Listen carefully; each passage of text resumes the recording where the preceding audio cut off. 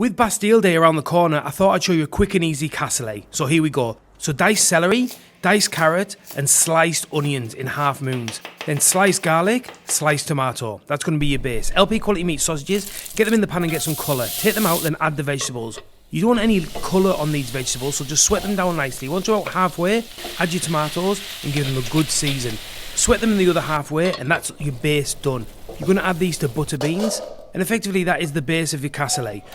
Next up, grab your city larder cooked pork belly and cut that into some nice big chunks. Add that and the LP quality meat sausages to the cassoulet and give it a stir. Now put it in a cast iron pan or a cassoulet dish. Top with chicken stock and finish off with a city larder duck leg. Now in the oven for 25 minutes and we're going to make a persillade. Chop thyme, chop parsley, into some PANKO breadcrumbs and a little bit of chopped garlic. Season with salt and pepper.